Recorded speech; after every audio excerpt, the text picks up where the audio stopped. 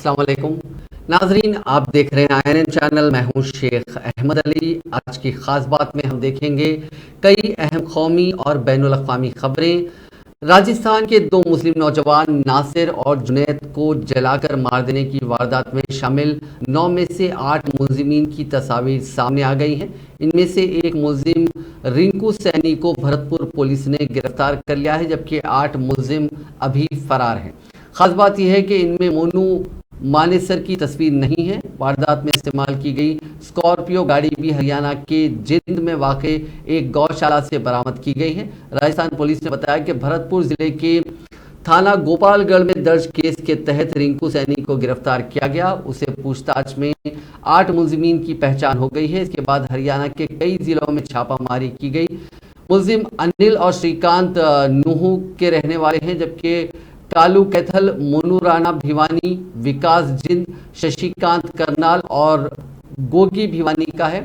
Rajasthan police की तरफ से बताया गया कि उसकी 3 टीमें पूरे मामले में हरियाणा पुलिस के साथ मिलकर लगातार दबिश दे रही हैं। रिंकू सैनी से पूछताछ में काफ़ी अहम सुराग हाथ लगे हैं, जिसकी बुनियाद पर हरियाणा के जिंद में रेड करते हुए पुलिस ने उस स्कॉर्पियो गाड़ी को एक गौशाला से बरामद किया, जिनमें जुनैद और नासिर को पीटने के बाद भिवानी तक ले जाया गया था। पुलिस के मुताबिक स्कॉर्पियो की सीट पर खून के निशान भी मिले हैं। पुलिस के मुताबिक भिवानी के लोहारू में बोलेरो गाड़ी में मिले दोनों ढांचे नासिर जुनैद की अफराद खानदान के DNA और बरामद की गई स्कॉर्पियो गाड़ी सभी के सैंपल ले लिए गए हैं। उसकी बुनियाद पर रिपोर्ट आने के बाद अगली कार्रवाई तय की जाएगी।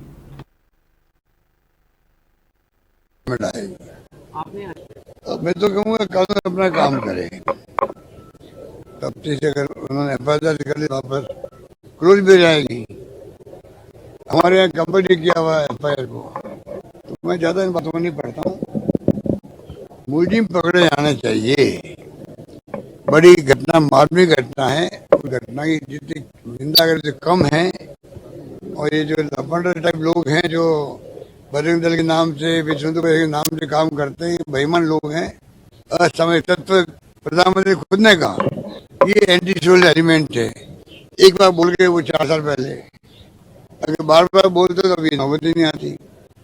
तो ये तो मैं समझता हूँ कि सुप्रीम कोर्ट ने चारशंबे के रोज कहा कि कर्नाटक की प्री यूनिवर्सिटी कॉलेजों में हिजाब पहनकर सालाना इम्तिहान में शामिल होने की इजाजत देने का मुतालबा करने वाली तालिबात की एक ग्रुप की दरखास्त पर समाअत की जाएगी। चीफ जस्टिस DY चंद्रचूड़ और जस्टिस PS नरसिम्हा की बेंच ने अर्जी की समाअत से इत्तेफाक करते हुए कहा कि तालिबात की दरखास्त पर गौर किया जाएगा।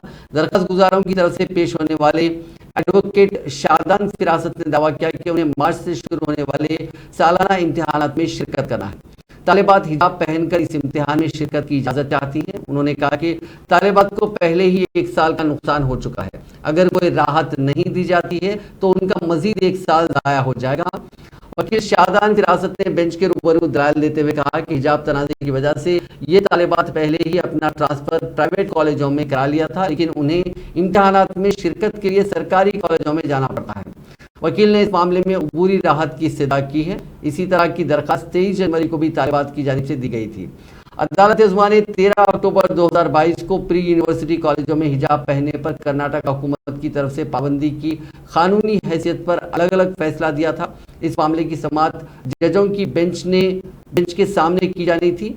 अदालत उज़्मा की जस्टिस हेमंत गुप्ता जो कि रिटायर्ड हैं और जस्टिस सुधांशु दुलिया पर मुश्तमिल बेंच ने कहा था कि चूंकि इख्तलाफ राय है, इसीलिए इस मामले को गौर करने के लिए एक बड़ी बेंच की तश्कील के लिए चीफ जस्टिस ऑफ इंडिया को भेजा जाएगा। जस्टिस गुप्ता ने कर्नाटका हाईकोर्ट के 15 मार्च 2022 के उस फैसले को चैलेंज करने वाली दरखास्तों को खारिज कर दिया था, जिसमें एक कम्युनिटी को अपनी मजहबी अलामतें पहनने की इजाजत देना सेक्युलरिज्म के खिलाफ माना गया था। जस्टिस गुप्ता के बरक्स जस्टिस होलिया ने अपने फैसले में अपील की इजाजत देने और 5 फरवरी 2022 को रियासती हुकूमत की जानिब से जारी करदा इस नोटिफिकेशन को मनसूख करने से इत्तेफाक नहीं किया था। दिल्ली म्युनिसिपल कॉरपोरेशन के 80 दिन बाद दिल्ली को नया मेयर मिल गया है। आम आदमी पार्टी की शैली ओबराय को मेयर चुना गया है। शैली को 150 वोट मिले। उन्होंने बीजेपी की रेखा गुप्ता को 34 वोटों से हराया। दिल्ली को 10 साल बाद एक खातून मेयर मिली है। 2011 में बीजेपी की रजनी अब भी आखिरी खातून मेयर थी। इसके बाद 2012 में शीला दीक्षित हुकूमत ने दिल्ली म्युनिसिपल कॉरपोरेशन को 3 हिस्सों में बांट दिया था। 2022 में इन हिस्सों को मिलाकर फिर से एक कर दिया गया। इसके बाद ये पहला इंतखाब था। वहीं आम आदमी पार्टी के आरिफ मोहम्मद इकबाल को डिप्टी मेयर चुना गया। उन्हें 147 वोट मिले। उन्होंने बीजेपी के कमल बागड़ी को हराया है। मेयर इंतखाबात जीतने के बाद शैली ने कहा कि हमें जनता की उम्मीदों को पूरा करने के लिए साथ काम करना होगा। इसके लिए हम वजीर आला अरविंद केजरीवाल की जनता को दी गई 10 गारंटी पर काम करेंगे।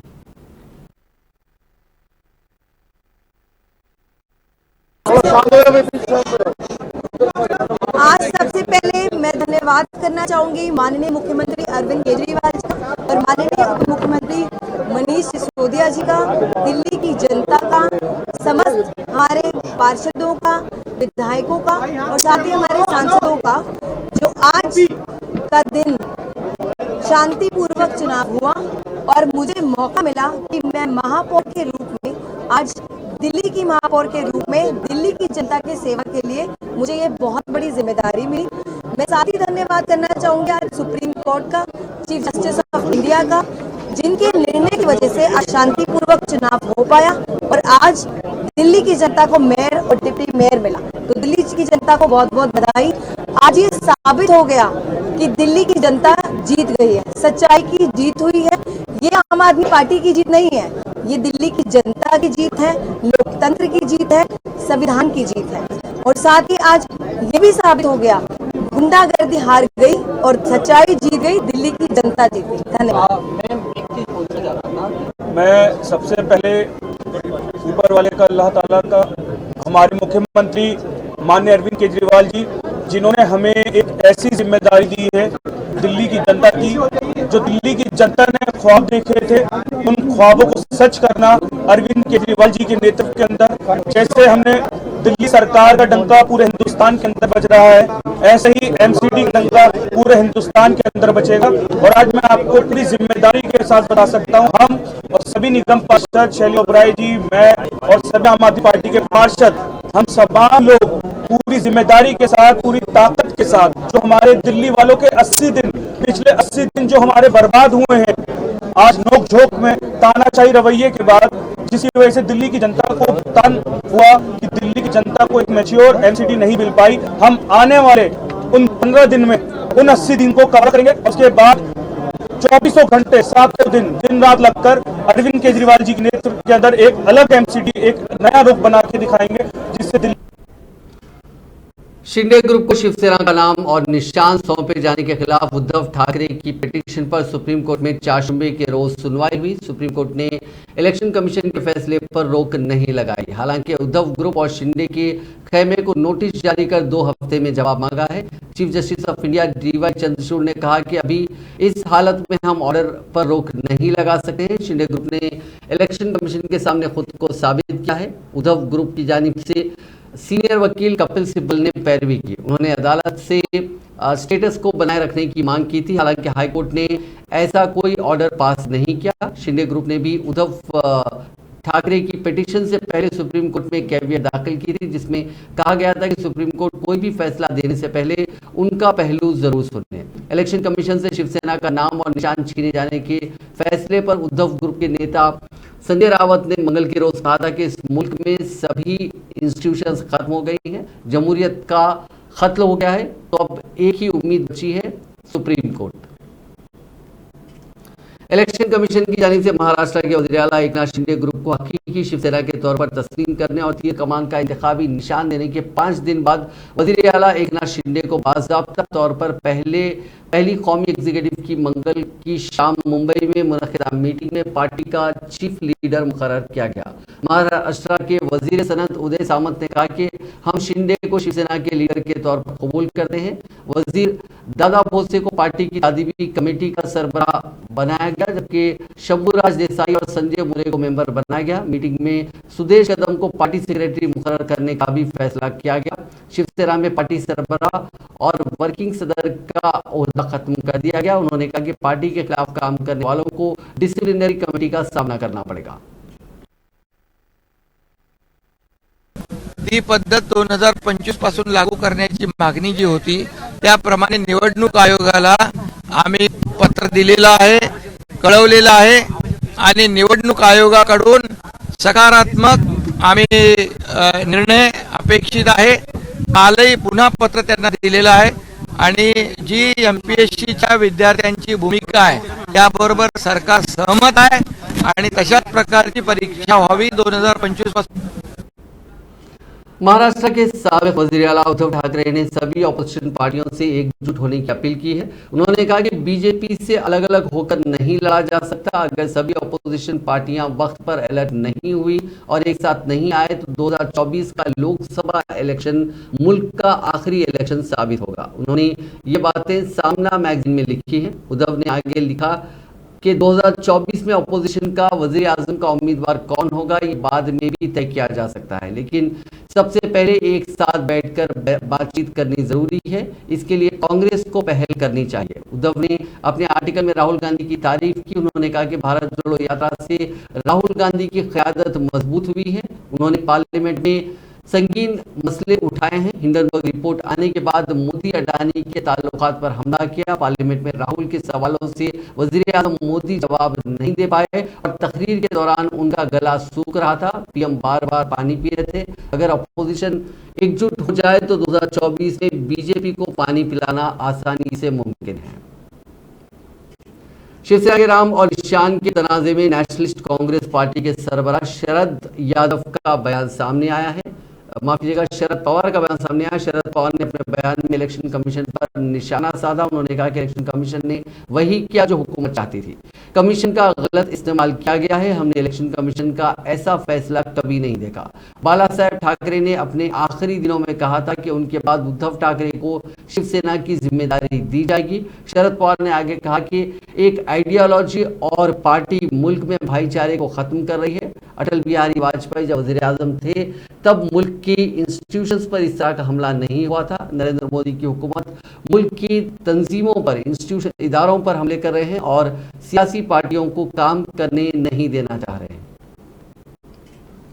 मरकजी वज़ीर दाखिला अमित शाह ने कहा कि नागालैंड में आर्म्ड फोर्सेस एक्ट यानी एफ्सा 1958 को जुज़वी तौर पर मनसूख कर दिया गया है और आइंदा 3 से 4 सालों में रियासत से इसे मुकम्मल तौर पर मनसूख किया जा सकता है। नागालैंड के वज़ीर आला नेफ्रियो नायब वज़ीर आला वाई पेटन के साथ मंगल को तिवनसा कस्बे के परेड ग्राउंड में मरकजी बीजेपी कायदीन और दीगर लीडरों के साथ एक इंतखाबी रैली से खिताब करते हुए अमित शाह ने दावा किया कि वज़ीर आज़म नरेंद्र मोदी ने पिछले 7-8 सालों में शुमाल मशरकी खिते के लिए तरक्याती काम किए हैं और खिते में तशद्दुद में 70% की कमी आई है।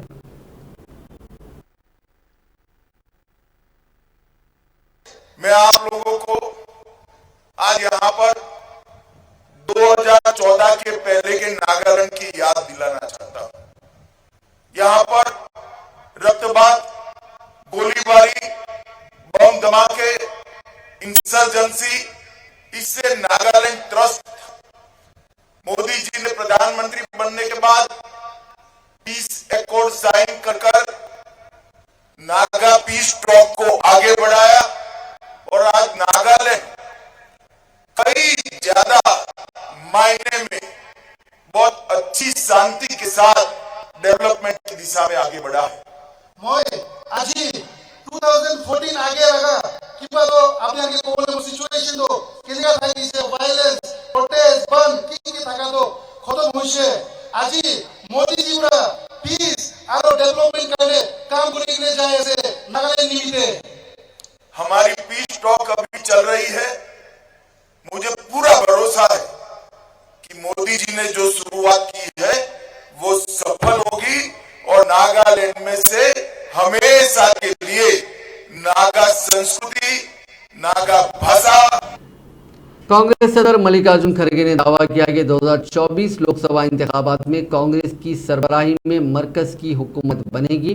खड़गे मंगल के रोज नागालैंड में एक रैली से खिताब कर रहे थे। उन्होंने कहा कि भले ही 100 मोदी और 100 अमित शाह आ जाएं, लेकिन सरकार कांग्रेस की ही बनेगी। श्रमिकों से जुड़े मुद्दे मेरे दिल के काफी करीब है, इसलिए नहीं कि मैं यूपीए सरकार में भारत का लेबर मिनिस्टर रहा, बल्कि इसलिए मैंने खुद काफी लंबे समय तक मजदूर संगठन में काम किया है और इस कारण मेरे काफी निजी अनुभव भी है और गौरवशाली इतिहास वाली इंटक की स्थापना 3 मई 1947 को गांधी जी और सरदार पटेल जी के आशीर्वाद से इसकी स्थापना हुई। इस मौके पर आचार्य कृपलानी, पंडित जवाहरलाल नेहरू जी, बाबू जगजीवन राम जी, अरुणा आसफ अली जी, लोहिया जैसे अनेक नेता और दिग्गज मौजूद थे। यह संगठन क्यों बना और इसके पीछे की लंबी कहानी है, लेकिन आज जरूरत इस बात पर चिंतन करने की है कि जिस मकसद से इंटक बना था, हम उसे आगे बढ़ाने की कितनी सफलता हमको मिली है या हम वो काम कर रहे हैं। आगे का रास्ता क्या है, हमें क्या करना चाहिए, ये भी बड़ा आज के दिन महत्वपूर्ण है। गांधी जी के सिद्धांतों को और आदर्शों से प्रेरित इंटक तमाम क्षेत्रों में देश के मजदूरों का भरोसा जीता। सबसे बड़ा मजदूर संगठन बना। ये देश का अकेला ऐसा मजदूर संगठन है जिसकी 2 बार अध्यक्ष महिला नेता डॉक्टर श्रीमती मैत्रिया बोस और 2 बार देश के कार्यवाहक प्रधानमंत्री गुलजारीलाल नंदा जी इसके अध्यक्ष रहे। इंटक के 73वें कांग्रेस के सीनियर कायद राहुल गांधी ने चाशुम्बे को मेघालय की दारुल शिलोंग में एक इंतखाबी रैली से खिताब किया। इस दौरान उन्होंने वजीर-ए-आज़म नरेंद्र मोदी और मीडिया पर निशाना साधा। राहुल गांधी ने कहा कि पीएम मोदी ने पार्लियामेंट में मुझसे एक सवाल पूछा और कहा कि मेरा नाम गांधी है, नेहरू क्यों नहीं है। मैंने उनके सवाल का जवाब दिया, लेकिन मीडिया ने उसको कहीं नहीं दिखाया। राहुल ने आगे कहा कि आपने देखा होगा कि जब पीएम तकरीर करते हैं तो पूरे टीवी पर छा जाते हैं, लेकिन मेरी स्पीच को मीडिया नहीं दिखाता। मेघालय में 27 फरवरी को असेंबली इंतखाबात होने वाले हैं। इसी को देखते हुए राहुल ने शिलोंग में इंतखाबी रैली की। इस दौरान उन्होंने बीजेपी के साथ साथ टीएमसी पर भी निशाना साधा। उन्होंने लोगों से कहा कि आप टीएमसी की तारीख जानते हैं, बंगाल में होने वाले तशद्दुद को भी जानते हैं, उनकी परंपरा को पूरी दुनिया जानती है। गोवा में टीएमसी जाती है और वहां बीजेपी जीत जाती है। The airports, he does construction, he dominates the defense industry, he dominates the apple trade in Himachal Pradesh. Every single business is open to him, he has access to it. Why? Because he is close to the Prime Minister. And I asked this question to the Prime Minister. I stated all the facts. I showed how, without having any experience in the airport business, Mr. Adani gets the most profitable airports in the country. He gets Bombay Airport, which is the most valuable airport in the country, and he gets it after the people running the Bombay Airport are pressurized with the CBI and with the ED. He controls the defense relationship with Israel.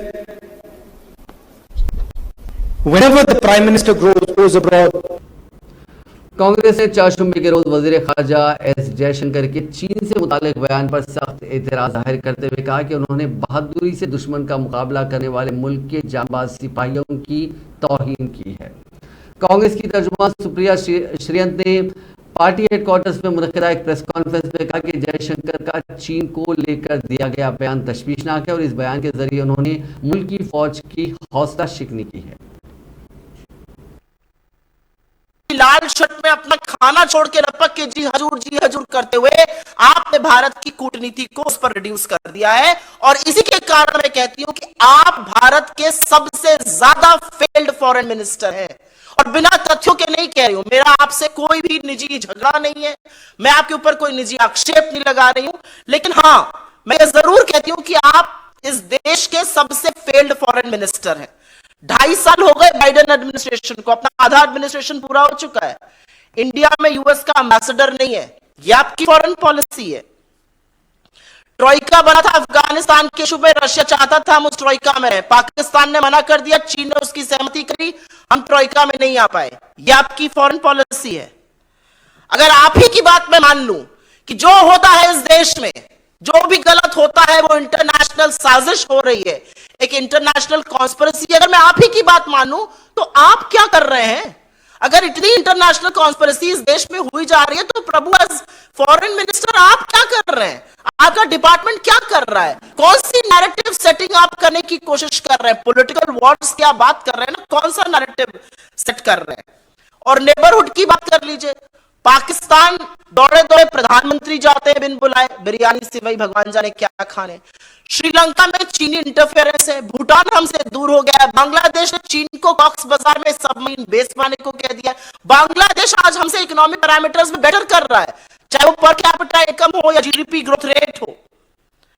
और ये जरूर बताइएगा foreign minister, करीब 2.25 लाख भारतीयों ने 1 साल में, और ये 12 साल में सबसे ऊंचा आंकड़ा है, लगातार लोग भारतीय नागरिकता छोड़ रहे हैं। 2.25 लाख लोगों ने पिछले साल भारत की नागरिकता छोड़ी और भारत का जो पासपोर्ट रैंक है वो 71 से गिरकर 2006 में 85 पर कैसे आ गया? विदेश मंत्री तो आप हैं, इतनी बढ़िया विदेश नीति बनाई कि लोग भारत ही छोड़ देना चाहते हैं, हमारे पासपोर्ट की रैंकिंग गिर रही है। तृणमूल कांग्रेस के राज्यसभा एमपी और साबिक ब्यूरोक्रेट जवाहर सरकार ने वजीर खारजा एस जयशंकर से पूछा कि क्या आपको भूलने की बीमारी हो गई है।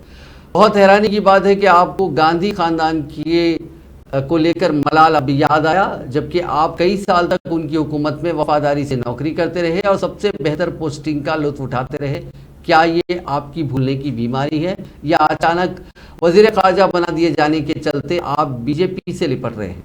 दरअसल एक इंटरव्यू में जयशंकर ने कहा था कि उनके वालिद के सुब्रमण्यम बेहद ईमानदार और मेहनती ब्यूरोक्रेट थे। वो जनता सरकार में सेक्रेटरी थे, लेकिन 1980 में इंदिरा गांधी ने जब दोबारा सरकार बनाई तो सबसे पहले उनके वालिद को ही ओहदे से हटाया। शायद इसीलिए क्योंकि वो ईमानदारी से उन्हें चलते हुए देखा होगा। उन्होंने कहा कि उनके वालिद दोबारा कभी सेक्रेटरी नहीं बन पाए। राजीव गांधी की हुकूमत बनी तो उनके जूनियर को डिफेंस सेक्रेटरी बना दिया गया। जवाहर सरकार ने जयशंकर के वालिद के पुराने एक राइटअप का हवाला देते हुए मोदी को असुर कहने वाली बात सामने लाई। उन्होंने ट्वीट किया कि एस जयशंकर के वालिद के सुब्रमण्यम ने 2002 के दंगों पर कहा था कि गुजरात में मजहब का यानी धर्म का कत्ल हुआ है। जो लोग मासूम शहरियों को बचाने में नाकाम रहे वो सब अधर्म करने के मुजरिम हैं। राम ने गुजरात के असुरों राजाओं के खिलाफ अपना धनुष बाण उठाया होता। असुरों की नौकरी में लगे बेटे को शर्म आनी चाहिए। उन्होंने सरकार ने अगले ट्वीट में लिखा कि जयशंकर कहते हैं कि बीबीसी डॉक्यूमेंट्री की टाइमिंग इत्तेफाक नहीं है बल्कि ये दूसरे तरीकों से की जा रही पॉलिटिक्स है। उन्होंने सवाल किया कि इसमें फैक्ट जो दिखाए गए हैं वो सही हैं या गलत। अगर मोदी अगर किसी का साइड नहीं लेती तो क्या हजारों लोगों की जान बचाई जा सकती थी। वजारत दाखिला ने मुबैना फीडबैक यूनिट जासूसी केस में दिल्ली के नायब वजीर आला मनीष सिसोदिया के खिलाफ इंसदाद बदनुमानी एक्ट के तहत मुकदमा चलाए जाने के लिए चारशंबे को सेंट्रल ब्यूरो ऑफ इन्वेस्टिगेशन को मंजूरी दे दी है। सिसोदिया शराब पॉलिसी केस में पहले ही सीबीआई के रडार पर हैं। सीबीआई की रिपोर्ट के मुताबिक आम आदमी पार्टी ने 2015 में दिल्ली में इख्तिदार में आने से पहले सियासी इंटेलिजेंस इकट्ठा करने के लिए एक फीडबैक यूनिट तश्कील दिया था। सिसोदिया इस यूनिट के सरबराह थे। दरअसल आम आदमी पार्टी ने पहले इन इल्जामात को मुस्तरद कर दिया था। दिल्ली बीजेपी ने रद्द-ए-अमल जाहिर करते हुए इस मामले में मनीष सिसोदिया के खिलाफ मुकदमा चलाने की मंजूरी देने के वजारत दाखिला के फैसले का खैर मकदम किया है। बिहार में वजीर आजम के ओहदे को लेकर तकरार पर डिप्टी सीएम तेजस्वी यादव ने चाशुम्बे को जवाब दिया। उन्होंने कहा कि अभी सीएम बनने की कोई हड़बड़ी नहीं है। हमारा अहम मकसद है 2024 में बीजेपी को भगाना। हम उस मकसद के लिए काम कर रहे हैं और उस मकसद के साथ हम काम कर रहे हैं। की सरकार है और नीतीश कुमार के नेतृत्व में चल रही है। कहीं किसी को जो है कंफ्यूज होने की जरूरत नहीं। हम लोग विचारधारा जो हमारी है, हम लोग अपने स्वार्थ के चक्कर में सांप्रदायिक शक्ति को आने नहीं दे सकते। एक बात समझ जाइए। मांझी जी लगातार हमलावर हैं कि हमारा बेटा भी सीएम होना चाहिए। सबकी अपनी इच्छा होती तो गलत बात है क्या? ना गलत तो क्या है ये हमलावर कहाँ है? ना लगातार बोल रहे हैं। आप बोल रहे वो चाहते हैं उनका बेटा सीएम बने, तो कौन अपना बेटा को जो है ऊंचा जाते हुए या बड़े से बड़े पद पे जाते हुए नहीं देखना चाहता? सब लोगों की इच्छा होगी।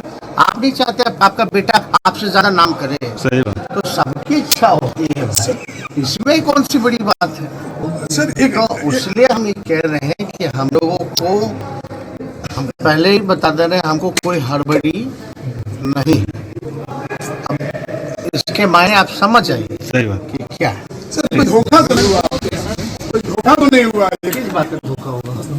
जो लग रहा है कि बात तो चेंज हो रहा है कि 25 में बनेंगे, 24 में बोल रहा है।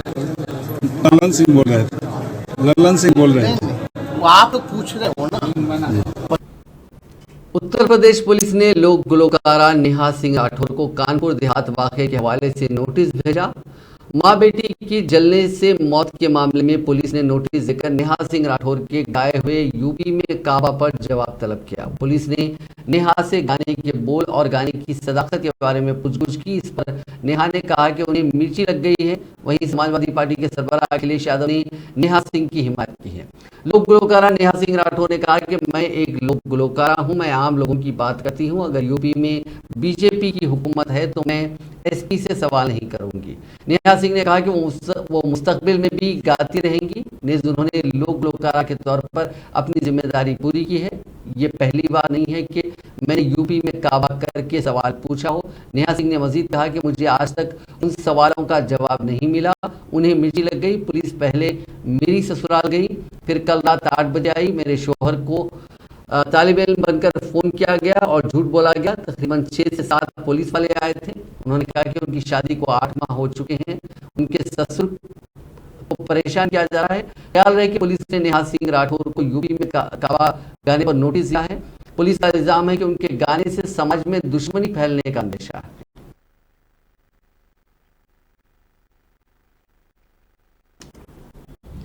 अमेरिका से दिल्ली आ रही एयर इंडिया की फ्लाइट को तकनीकी खराबी की वजह से स्वीडन के स्टॉकहोम में चाशुम्बे को इमरजेंसी लैंडिंग करानी पड़ी। प्लेन में 300 मुसाफिर सवार थे, सभी महफूज हैं। डीजीसीए के मुताबिक एयर इंडिया के बोइंग 777-300ER फ्लाइट ने अमेरिका के न्यूयॉर्क से दिल्ली के लिए उड़ान भरी थी। तभी प्लेन के इंजन 2 में ड्रेन मास से फ्यूल लीक हुआ। इस वजह से एक इंजन को बंद करना पड़ा, जिसके बाद प्लेन को स्टॉकहोम एयरपोर्ट पर महफूज लैंड कराया गया। दूसरी तरफ मंगल की रात को दिल्ली मुंबई एयर इंडिया की फ्लाइट में देरी की वजह से मुसाफिरीन और एयरलाइन स्टाफ के बीच तीखी बहस देखी गई।